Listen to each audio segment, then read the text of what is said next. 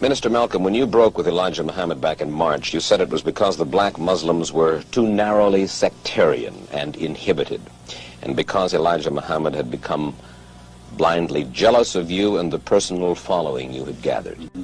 I said the first part, but the last part, I didn't say that Elijah Muhammad himself had become blindly jealous. I mentioned that it was his family and the officials in Chicago. Everything that I said always was designed to protect Mr. Muhammad himself, primarily because the image that he had created was the image that enabled his followers to remain strong in faith and things of that sort, and I didn't want to see any adverse effect or negative result develop in the faith of all of his followers. But actually, despite the fact that I tried to protect the Muslim movement, if you'll notice, they used their newspaper to slander me and to label me as a hypocrite and as a rebel, and Mr. Muhammad himself said that I defected. Well, in reality, I never even left the Muslim movement. They put me out, and they put me out because of what I knew, and what I knew was told to me by Mr. Muhammad's son, Wallace Muhammad himself. They put me out, and they put him out. Well, now, first of all, let's find out what it is that Wallace Muhammad, Elijah Muhammad's son, told you. Well, number one, if you notice, the stick that I always used in presenting, representing, and defending the Muslim movement was the fact that it had the ability to reform the morals of the so-called Negro community. It eliminated drug addiction, alcoholism, fornication, adultery, loose sexual behavior, which meant that it eliminated bastard babies, illegitimate children. Well, as long as I knew that this was what it represented, and it gave me a strong stick, I could represent it and defend it. But we had a law which was that whenever any Muslim became involved in any kind of sexual relationship with someone to whom they weren't married, that person would be brought before the Muslim community, humiliated, and then isolated for from 1 to 5 years. This was our law. Well, in 1954, a teenage sister left Detroit and became one of Mr. Muhammad's personal secretaries.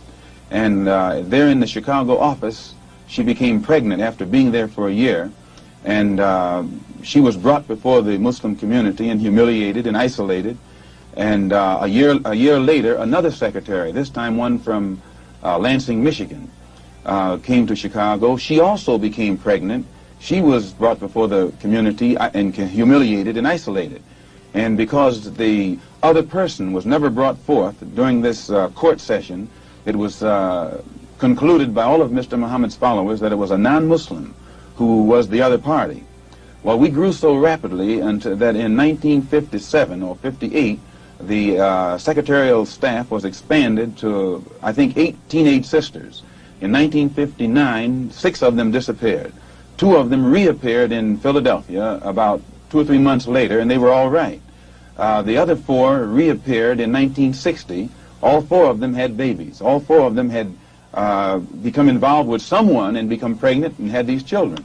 So it was, from what I now know, when the 4 of them got back to Chicago and began to compare notes, they found that the same man had told all of them the same story and had made all of them pregnant, that the same man was the father of all 4 of their children and had also been the father of the children brought forth by the 2 secretaries who preceded them. So this story was kept among these sisters until 1962.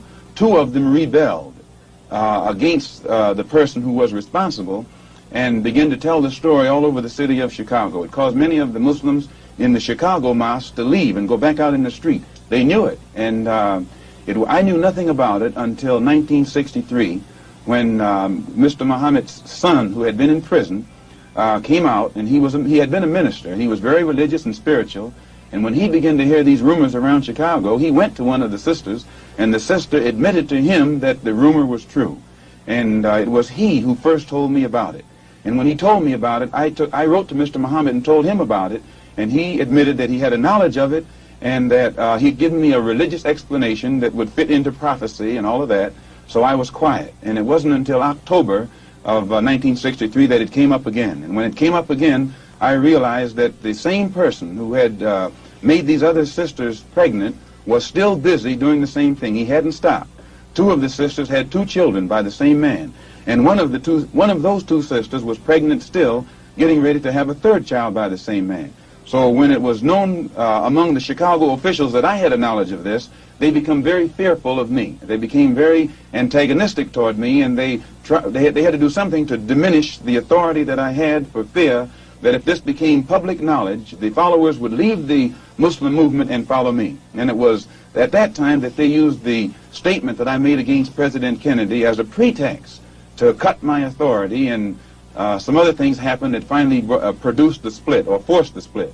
And when I made the split, the only reason that I didn't make this public knowledge was I knew the implications, and I felt that if the Muslims who were in the Nation of Islam knew it, that which enabled them to be so strongly religious and exercise moral discipline would be shattered, and it would cause all of them to go right back and start doing the things that they had been doing previously. Who is the father of all of these various children whom you have enumerated? The first one to tell me who the father was Wallace Mohammad, and he told me that the father was Elijah Muhammad himself. One of the sisters, he went to the home of one of the sisters, and when he walked in the door, she says, "I want to let you see something." And she showed him her child. She said, "Here's your brother, and your father is the father of this child." And then I questioned the sisters myself, because I was shook up. And they admitted to me that Elijah Muhammad was the father of their children. And I took it to him. And it was at that time he told me that he was Muhammad, the prophet, and that Muhammad had 9 wives. He also told me that he was David. He was the modern David, and that he was the modern Solomon, and that it was meant for him to fulfill today all of the things that they did back there.